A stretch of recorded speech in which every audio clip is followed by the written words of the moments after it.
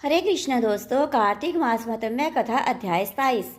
कृष्ण नाम का आसरा, कृष्ण नाम का ध्यान। 27वां अध्याय अब लिखने लगा महान। पार्षदों ने कहा, एक दिन की बात है, विष्णुदास ने नित्य कर्म करने के पश्चात भोजन तैयार किया, किंतु कोई छिपकर उसे चुरा ले गया। विष्णुदास ने देखा भोजन नहीं है, परंतु उन्होंने दोबारा भोजन नहीं बनाया, क्योंकि ऐसा करने पर सायंकाल की पूजा के लिए उन्हें अवकाश नहीं मिलता। अतः प्रतिदिन के नियम का भंग हो जाने का भय था। दूसरे दिन पुनः उसी समय भोजन बनाकर वे ज्यों ही भगवान विष्णु का भोग अर्पण करने के लिए गए, त्यों ही किसी ने आकर फिर साया भोजन हड़प लिया। इस प्रकार 7 दिनों तक लगातार कोई उनका भोजन चुरा कर ले जाता रहा। इससे विष्णुदास को बड़ा विस्मय हुआ। वे मन ही मन इस प्रकार विचार करने लगे, ओहो, कौन प्रतिदिन आकर मेरी रसोई चुरा कर ले जाता है। यदि दोबारा रसोई बनाकर भोजन करता हूँ तो सायंकाल की पूजा छूट जाती है। यदि रसोई बनाकर तुरंत ही भोजन कर लेना उचित हो तो मुझसे यह नया होगा, क्योंकि भगवान विष्णु को सब कुछ अर्पण किए बिना कोई भी वैष्णव भोजन नहीं करता। आज उपवास करते मुझे 7 दिन हो गए हैं। इस प्रकार मैं व्रत में कब तक स्थिर रह सकता हूँ। अच्छा, आज मैं फिर रसोई की भलीभांति रक्षा करूंगा। ऐसा निश्चय करके भोजन बनाने के पश्चात वे वहीं कहीं छिपकर खड़े हो गए। इतने में ही उन्हें एक चंडाल दिखाई दिया, जो रसोई का अन्न हार कर जाने के लिए तैयार खड़ा था। भूख के मारे उसका सारा शरीर दुर्बल हो गया था, मुख पर दीनता छा रही थी। शरीर में हाड़ और चाम के सिवा कुछ भी शेष नहीं बचा था। उसे देखकर श्रेष्ठ ब्राह्मण विष्णुदास का हृदय करुणा से भर आया। उन्होंने भोजन चुराने वाले चंडाल की ओर देखकर कहा, भैया जरा ठहरो ठहरो, क्यों रूखा सूखा खाते हो, ये घी तो ले लो।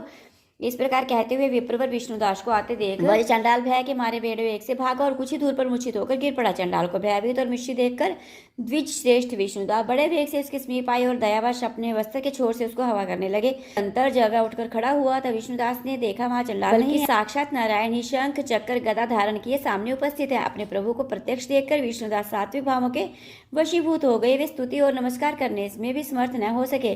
तब भगवान ने सात्विक व्रत का पालन करने वाले अपने भक्त विष्णुदास को छाती से लगा लिया और उन्हें अपने जैसा रूप देखकर वैकुंठ धाम को ले गए।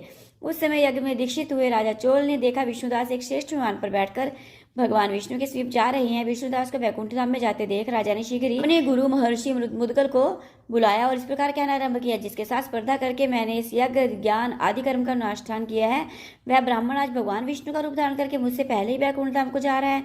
मैंने इस वैष्णव धाम में भली भांति दीक्षित होकर अग्नि में हवन किया है, दान आदि के द्वारा ब्राह्मणों को मनोरथ पूर्ण किया था, तथापि अभी तक भगवान विष्णु मुझ पर प्रसन्न नहीं हुए और इस विष्णुदास को केवल भक्ति के ही कारण श्री हरि के ने प्रत्यक्ष दर्शन दिया है। अतः जान पड़ता है कि भगवान विष्णु केवल दान और यज्ञों से प्रसन्न नहीं होते, उन प्रभु का दर्शन कराने भक्ति की प्रधान कारण है। दोनों पार्षदों ने कहा। इस प्रकार कहकर राजा ने अपने भांजे को राज सिंहासन पर अभिषिक्त कर दिया। वे बचपन से ही यज्ञ की दीक्षा लेकर उसी में संलग्न रहते थे, इसलिए उन्हें कोई पुत्र नहीं हुआ था। यही कारण है कि उस देश में अब तक भांजे ही राज्य के उत्तराधिकारी होते हैं।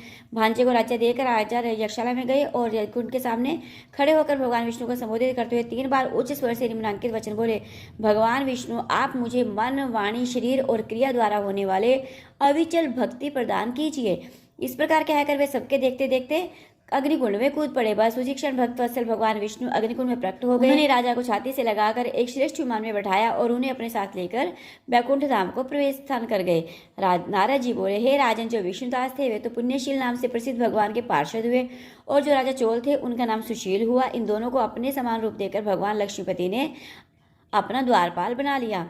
तो दोस्तों, कैसी लगी आपको इस 27वें अध्याय की कथा? अगर अच्छी लगी तो प्लीज़ वीडियो को लाइक करें, चैनल को सब्सक्राइब करें, वीडियो को अपने सभी सोशल अकाउंट पर शेयर करें और हर पर हर क्षण केवल एक ही नाम करें कि हरे कृष्ण कृष्ण कृष्ण हरे हरे, हरे राम राम राम हरे हरे। और कमेंट में भी इस महामंत्र को लिखना मत भूलिए।